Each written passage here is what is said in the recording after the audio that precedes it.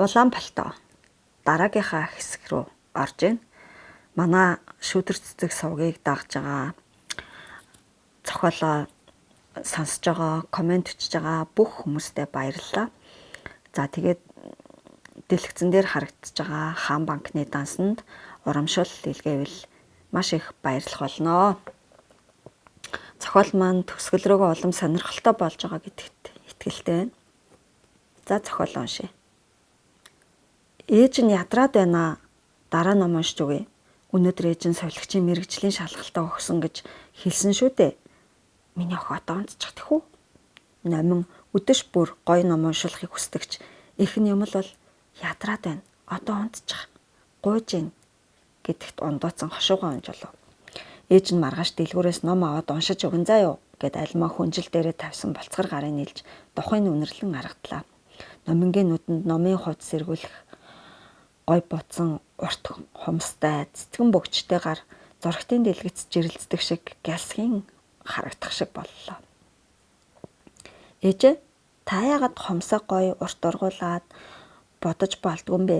Бас хумсан дээрээ цэцэг зуруулж болно штэ. Миний охин ээж нь совилогч хүн шүү дээ. Совилогч хүн хумсаа урт ургуулж болдгүй юм. Эмч загнан шүү дээ.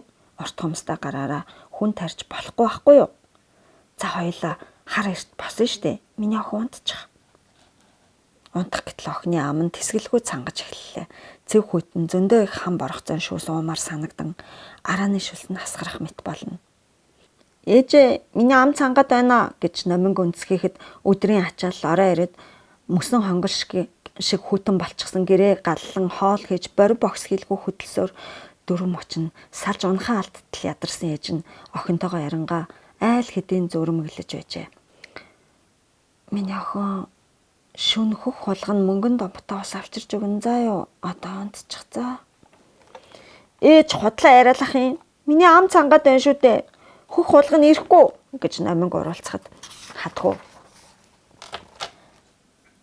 гал унтрах гэж байна. Одоо гэр хүүтэн болно. Аавын охин шүн хөх хулган ус авчирхаар уугаарай гэж их нэртэй дэм өгчээ. Хүүхэд юм хойно номин тооноор харагдах хавирган сарыг барьж болдог болов. Тэр хөх хулганууд нийт чидтэй юм бахта гэсэн шиг юм бодож төсөөсөөр нэг л мэдхэд давсанд явчихсан байлаа. Хатгуу цоожоо засчгаад хөлөөсөө жинтхийг мэдэн галда баахан нүрс хийчгээд орондоо оржээ. Мөнгөн аяхтаа ус барьсан олон хөх хулган гэрээг нь хевсэн дээгүүр цуврна.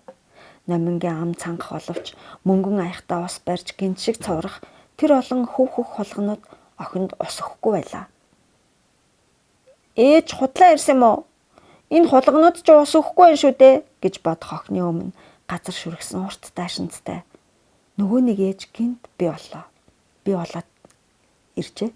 Үнсгэлжингийн загалмайсан их шиг гялалцсан дайшинцтай тэр гоё ээжийг хараад хөшөж орхисон охинд тэр ээж "Саяана, миний охин, ээж нь хатан чи гүнж шүү дээ. За хоёлаа эндээс явъя" гэд гараа сарвахад нөгөө гоё том цэцгэн бөгчтэй гар мөн байлаа. Охин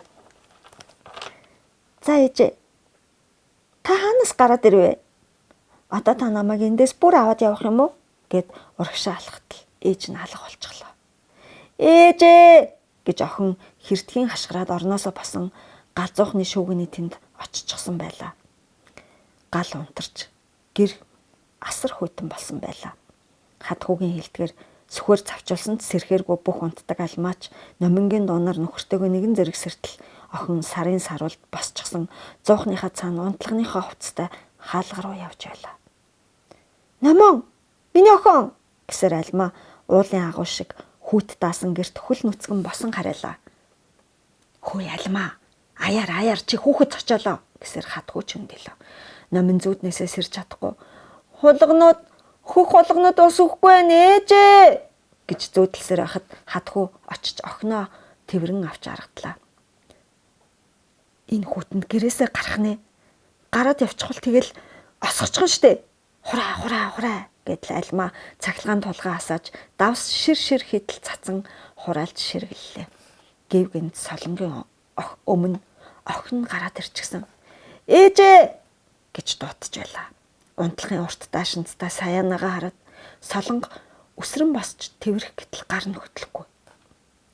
Ээжээ, миний ам цангаад байна шүү дээ гэж охин нь хэлгээж. Нүдэн дэндүү цохирсон гойсон харцтай үзэгдэхэд хүүхний сэтгэл шимшрээд байлаа. Хажуудаа байдаг шилэн цомноос ус аягалж өгөх гэтэл хэслэнтэй юм шиг цом нь хоосон байхаж. Ээж ам цангаад байна шүү дээ. Хүүхэн сандран цоргоноос ус гоожуулах гэтэл тусалж ус байдгүй. Хөргөчөө нэвэл тавир нь хов хоосон. Эргээд хартал охин нь алга болчихсон байлаа. Миний охин саяана гэж Солонго цочин сэрв. Тэр хачин зүуднээсээ бүрэн сэрч чадахгүй алтайг дуутах гэтэл гав ганцаараа зочид бодолт байгаагаа саналаа. Солонго сөүлд хөлсөлсөн байранда гав ганцаараа унтаж байснаа сая л мэдэж нэмгэн халаад нөмрөн өндижээ. Цонхоор хам мөрний урсгал марилцсан хав хар гол тэнгэрээс толдох сарыг толтно. Чингүн тэдний зоогийн газарт ирсний нөгөөдөр нь Минжмаа руу залгажээ. Сайн уу Минжээ?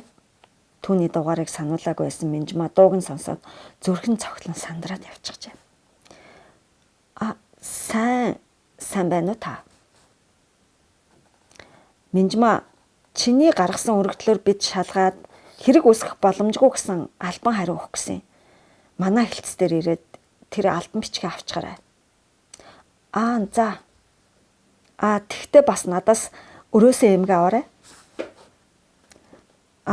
Тэгэл да. Тэгтээ би ажилласаа чөлөө авч болдгоо маа. Ер нь тэр бичгээ уншаад өгч гэж болохгүй мө? Журмын дагуу заавал бичлэн ирж гарын үсэг зорж авна л да. Тэмдэглэл дээр санал хүсэлтийн хариуг авлаа гэж гарын үсэг зордог журамтай. Тийм үү? Ойрд тэгж явах зав алгаа. За баяртай. Гингүүт бүсгүй уцаас таслаад бөмбөртөн дэлдэх догтлсон зүрхээ даран зоогийн танхимын баган налан зогслоо. Харж гин үү? Дуудахад гүгээд ирдэг охин биш юм аа. Эн чин сүрхийн амтан гэж бодоод Чингүн босч инээмсэглэн цонхоор харлаа. Курсын ажлуудаа хамгаалж шалгалт эхэлтэл толгоо өвдөх юмгүй болсон Минжмаа ажилдаа шамтахаас өөр бодох юмгүй явлаа. Урайлах зантай болохоор түүнд зарим хүн гарын мөнгө овоо үлдээн. Яндан зантай гэж зөөгч нарын хоцолдог амгалан менежерч түүний зүтгэлийн үнэлж өнгөрсөн сарын цалин дээр нэмэгдэл битсэн бөөн уран болжээ. Уцаар ярьснаасаа цагийн дараа Минжээ гэх дуу артхан талд нь гарахад Чингүнийг ингээд ажил дээр нь хүрээд ирэхин чинээ санаагүй Минжмаа элтэд бандгас хэтл цочин эргэж харжээ. Тавир дүүрэн аяг тавг пиццаны үлдэгдэл хураахаар явж байгаа Минжмаагийн тийхүү сандрах нь хүртэл хөөрхөн санагдахад Чингүн өөрөө ирэхгүй хөрдөн эмсгэлж гэлээ. За сайн уу? Завгүй хүнд нөгөө мэдгдлийг би өөрөө аваад ирлээ. Яах нь вэ? Та сууж би одоохон. Бүсгүй юмаа хураачгаад доошоо гүйж ажилчдын хувцас салхи өрөөнд орж ингэсгээ гарган хөлөрч улаас нь нүрээ овоо сайхан гоодож ингэсгээ нэмээд уруулаа өнгөлж хоромхон зур ус гизгээ самнаж цэгцэлж авлаа. За тэр цагтаг хараад ичиж мичиж нүүр мүрээ улаалгаж мангартдаггүй юм шүү Минжээ минь. Үн цэнтэйхэн шиг л байж үзээрэй гэж өөртөө хэллээ. Түүнийг дээшээ буцаж гарахад Чингүн хамгийн мухрын ширээнд сууж урдаа цаас гаргаад тавьчихсан. Тэмүүжин түүнд аяг кофе өхрийн хилний 100 шавчран тавьж байлаа. За Минжээ, юу уух вэ? Би чамайг дайлъя. За хэрэггүй дээ. Бид дуртай юм авчихдаг юм л да гэд Минжмаа Чингүний өмнө суулаа. Тэмүүжин Минжмаа руу харан нүдэрээ наад залууч юм бэ хийн гэж асууж байгаа нэлт нүд амаа хачин болгон маяглуулснаа яваад өглөө. Минжээ, за энд гарын үсгээ зорчих. Минжмаа цагдаагийн хэлтсийн мэдгдлийг уншив. Минжмаагийн өргөдлийн дагуу шалгаад хэргийн бүрэлдэхүүнгүй болохыг тогтоов гэсэн товчхон магтлайлаа. За танд л баахан ажил удчихлаа. Намайг уучлаарай. Зүгээр. Чи тэгэд ганц шэкч гэсэн уухгүй мó? Би дайлъя л да гэж Чингүн бүсгүйн царай руу мэлрэх мэт ширтлээ. Баярлаа. Үнэхээр таны мөнгө илүүдэд байгаа юм бол цусны хавдартай хүүхэд туслах сангийн хандив хайрцаг манай техн дээр байж л байна. Тэр байна гэж Минжмаа яжилж орхив. Өө за гарахтаа хандив өгнө л дөө гэд залуу гинт өнөө эмгийн саналаа ажил дээр авчраад тавьчихсан атал сая гарахтаа сандраад бас л марцчихсан байлаа. Өө нэрээ эмги чинь бас л ажил дээр орхичгож чамайг ирж авах гэж бодож жагаад гэж Чингүний хэлэхэд Минжмаад алтай инхнэрийг олж өгөөч гэвэл туслах болов гэсэн бодол орж иржээ. За яах вэ? Нэг тийм үнтэй ч эмэг биш л дээ. Яг уу наддаа л хэрэгтэй байсан юм. Нэрээ та надад туслаач гэд Номингийн ярьсан алтай архитекторыг олсон, түүнтэй холбогдоод юу болсон бүгдийг тоочоод тэр хүн намайг галзуу солиотой гэж бодно уу яа нь хамаалга. Та тэр эмэгтэйг л олж өгч туслаач. Би тэр жаахан охины сэтгэлийг амраая л гэж бодсон юм гэлээ. Гүйэр үнэхээр гайхалтай охин юм гэж анх өөртөө уулзахдаа л хажуу айлынхаа охиныг хулгайлагдсан хүүхэд биш байгаа. Хүүхдийг хүчирхийлдэг айлч юм билүүгээд цаг заваа зориулаад өөрт нь яжлуулаад л явж исэн. Одоо ч тэр бяцхан охины хачин ааш зангийн учрыг олох бодлоо орхиогүй л байдаг. Одоо үед ийм хүн ховор шүү дээ. Энэ охин чинь бараг л сахиусан тэнгэр юм шүү гэсэн бодол орж ирэн гайхсаар байгаа Чингүн. За юу гэж галзуу солиотой гэхв? Харин ч учрыг ухаж үзэх санаа надад төрж ин шүү. Сонирхолтой юм байна. Чам туслана гэж амлалаа. Тэр өдрөөс хойш 3 хоногийн дараа нэг л өдөр Минжмаг дөнгөж ажилдаа ирээд хувцас солилцоход дээшээ гарч иртэл Чингүн гинт ороод ирэв. Үйлчлүүлэгчээ хугтаж захиалга авдаг ясаараа Минжмаа цэс өрсөөр очтол өнөөх л мухрынхаа ширээнд сууж авсан Чингүн. Минжээ нааша суугаач гэлээ. Үсэний байлан самнаж ар шилэндээ уусан онгоцны үйлчлэгч бүсгүй шиг тунч цэмцгэр агаад хөөрхөн харагдана. Гол шиг нарийнхан биеийн тодруулсан цасан цагаан өнгөт бариу цамц тас гар хормогч нь надад илдэв ирэмэрэн гангалж тансаглаж гайхуулах юм алга энэ байгаагаараа л хөөрхөн байгаа үсттэй гэх шиг санагдана. Чингүний тэр шохоорхсон харцыг анзаарсан Минжмаач аль болохоор ичиж зовсноо мэддэхгүй хичээн цэсээ тавьчихад өөдөөс нь харан суулаа. Техний зүг нүдний булангаар хялам хийвэл уянга зулаа гэж хоёр зөөгч охин Тэмүүжинтэй нийлчихсэн Чингүн тэр хоёрын суугаа ширээ рүү гараараа заагаад толгой тохилцуулаад шивнэлдэж өгч байгаа нь харагдлаа. Минь уснаас цааш олныг нуршилгүй хөрмнийхээ алааснаас зураг гаргах Чингүн бүсгүйн царайлуу харснаа. Нөгөө Алтаа гэдэг залуугийн эхнэрийн утсыг ч олчихлоо. Хойлонгийнхэн зургийг ч оллоо гэд Минжмад зургуудаас харуулаа. Алуу үзье гэд Минжмаа тэр хэдэн зургийг авч үзлээ. Дөрвөлжин хэтэ их л дэгжим костюм өмсч хүзүүндээ хар торгон алчуур байсан өндөр залуугийн бүтэн бээр эргэн харж байгаа зураг. Өнөөх архитектор Алтаа гэдэг нь л бололтой. Номингийн харуулад байсан зураг дээр байсан мөн л өндөр гойлог стол загварын тайзан дээр гунхаж баймар гой биетэй үсээ ардаа боож жижигхэн гоёмсог эмэг зүсэн царайлаг эмэгтэй зургууд байлаа. Эмэгтэйг нэг л үдсэн хүн шиг харагдахавч чухам хаана харснаа сандгүй. Хөөх ямар гоё хүмүүс вэ? Танд би ямар их баярлж байна гэж Минжмагийн хөөрхнүүд баярын оч гэхээрээ бүрч хараад баймаар л хөөрхөн харагдгааж. За зүгээр дээ. Энэ солонгийнх нь утасны дугаар гэж Чингүн бүсгүйг баярлуулсандаа өөрөө ч хэлхийн аргагүй жаргалтай болж сэтгэл тэнүүн инээмсэглэн цаасан дээр өчсөн утасны дугаар саруулаа. Энэ удаа Минжмаа Чингүнийг дайлахыг хүссэн урилгаас татгалзаж чадсангүй гүзээлзэгний шээг ахуулж уугаад түүнтэй ярилцсан хэсэг суужээ. Чингүн бол удам дамжсан хуульч айлын ганц хүү. Дээрээ ганцхан ихчтэй эцэг ихтэйгээ хамт амьдардаг. Цагдаагийн сургууль төгсөөд 4 дахь жилдээ ажиллаж буй одоо 25 та гэдгийг мэдж авлаа. Чингүн бүсгүйгээс салахтаа уулзъя. Өнөө орой хамт кино үзэх үү гэх гэснээ нэг л хэлж чадсангүй буцаан зайлгаж. Минжээ чамд унаа хэрэг болох юм бол заавал залгаараа заа юу гэж үлээ. За баярлаа. Би одоо энэ хүнийг та гэлээс надаас дөрүүл ах юм биш үү? Тэгтэл ажил хийдэг том хүн 4 нас ч гэсэн насны зөрүү мөн штэ. Тэгээд яаж энэ хүнийг чи гэж дуудана анханасаа та гэж авцсан болохоор сургуулаа төгссөн ажил хийдэг ахлах тэслэгч цолтой том хүн шүү дээ. За ямар ч гэсэн харж лээ. хотын айхтар айлын хүүхэд юм шиг байна. Гэтэл би чинь өнчин өрөөсөн хүн, орон гэрч байхгүй, аав ээжч байхгүй, хэрсүүл байхгүй бол болохгүй шүү минжээгүй гэсэн бодол минжмад төрсөнж ажилд харан тартлаа чингүүний тухай бодон ганцаараа инээмсэглсээр л явлаа. Тэр өдөр номинд хуучин гэр зураг дээрээс царайг нь сансан ээж нь тэсгийн аргагүй бодогдсон угаалгын өрөөнд орж Машатайгаа ярихт нь чамайг ээж чинь нууцаар чинь л олон доо. Тэр ээжтэй нууцаалд үзвэл гэж зөвлөсөн байлаа. Маша би ээжийнхээ зургийг хуучин гэрээсээ олоод туулаатай нууцаараа солилцсон штэ. Би тэгэл нууцаа өөрөө очиж үзнэ. Багшаа номин жорлонд ороод ганцаараа яриад байна гэж асрагч бүсгүй навчаа багшид гүн очиж алтан хошуу өргөлөө. Утгагүй шинэ жилийн өглөөлөг болох гээд өглөөлөгт бэлтгэх ажлыг эрхлэгчин шалгах төгсөн тул навчаа багш анги чимэглэх зардлын тооцоо өглөөлгийн хөтөлбөр бичин тунж завгүй сууж исэн тул за яах вэ над хүүхэд чинь дандаа л тэгжхийн юмтай ярьж идэгин ээжд нь хэлүүлсэн штэ.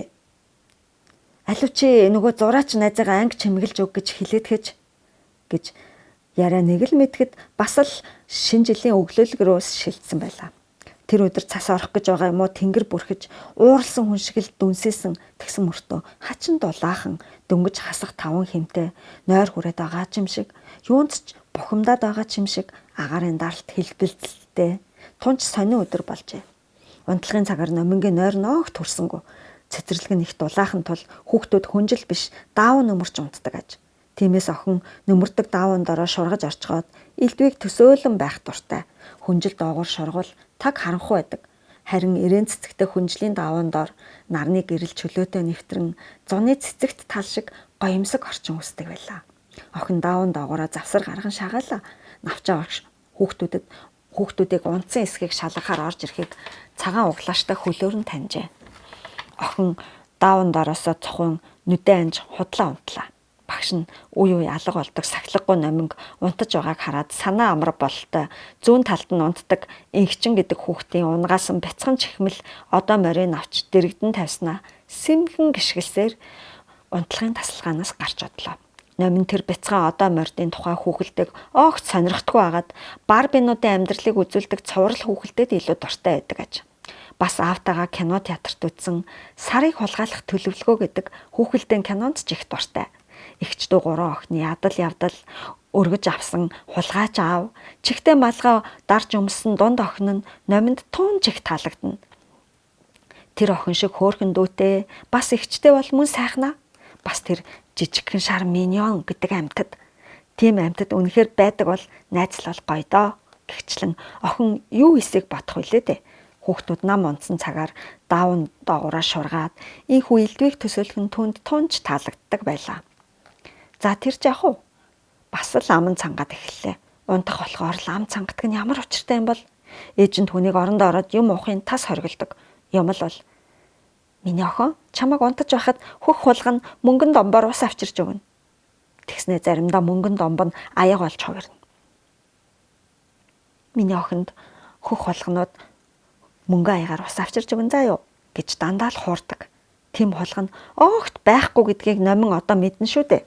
Унтахтаа юм уухаар шүн орондоо шийнэ гэж л охиноо тэгж хуурдаг байна. Бас шүн тэдний герт гал унтраад их хүйтэн болдог. Тэгээд шүн бас жишээхээр дараад ханаа төрнө гэсэндээ л хөх хулгана гэж хуурдаг хэрэг шүү дээ. Гэтэл нөгөө ээж нь түнд хам боргоцсон шүүс дандаа л өгдөг байсныг охин тодхон саналаа. Миний тэр ээж надаа юм болгоныг зөвшөөрдөг байсан юм байна шүү дээ гэж охин бодлоо. Нэг л мэдхэд унтлахын цаг дуусч жигнэмэг идэн цайгаа уугаад тарах цаг болчихов. Номин цэцэрлэг тарахыг хичнээн удаан хүлээлээ дээ. Хамгийн түрүүнд инхчингийн өвөө ирж хүүхдээ авлаа. Дандаа л бүх ээж аваас төрүүлж ирж охиноо авдаг өвөө байдаг юм. Дараа нь сахилгагүй дарам аргачаагийн эмээ ирсэн. Хүүхдүүдийг голдуул эмээ өвөө нэрж авдагт номин битүүхэн атаархдаг байлаа. Гэтэл түүний өвөө эмээ нь хөдөө байдаг шүү дээ. Ашгүй ээж аавд улам молноор ирж хувцсны өрөөнд хүн божигнах цагаар охин шүүгнээсээ хувцас авч багшийнхаа нүдийг хариулж агаад хоромхон зур хувцлан сэмхэн гихч нь гараад гүчглээ. Өмнө нь цэцэрлэгээс орохдоо аав ээжүүд эрэх цагийг хүлээх л байж дээ. Тэнэг юм. Ашгүй шуугилдаж шаагилцсан өмнө дундуур номинг ганцаараа орохчихсныг эхэндээ хэн ч анзаарсангүй. Альмаа өнөөдөр охиноо баярлуулъя гэж бодоод ажлаа тарж цэцэрлэг рүү очих замдаа жижигхэн харцагтай жижиг пицца авсан байлаа.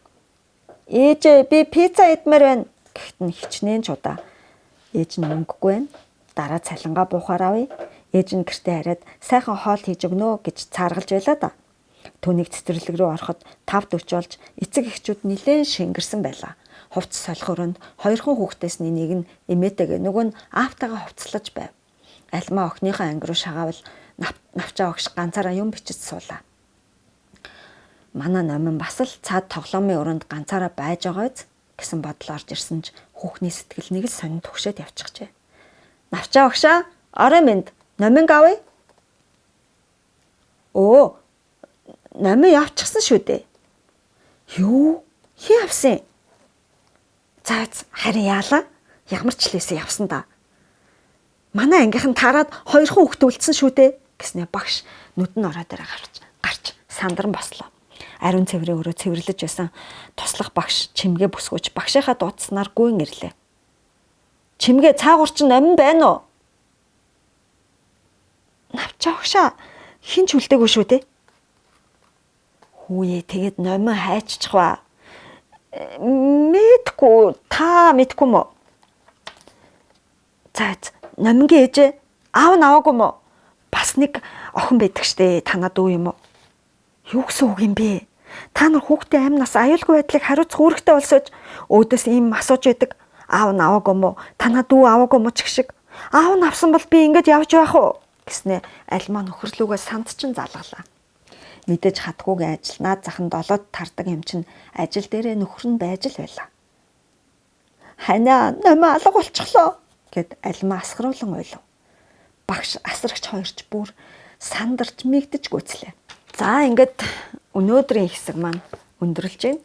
Манай суугийг дагаж Улаанбаатар зохиолоо сонсож байгаа бүх дагагчдаа баярлалаа. Тэгээд энэ дэлгэцэн дээр харагдаж байгаа Хаан банкны дансанд урамшуулал илгээх юм бол маш их баярлнаа.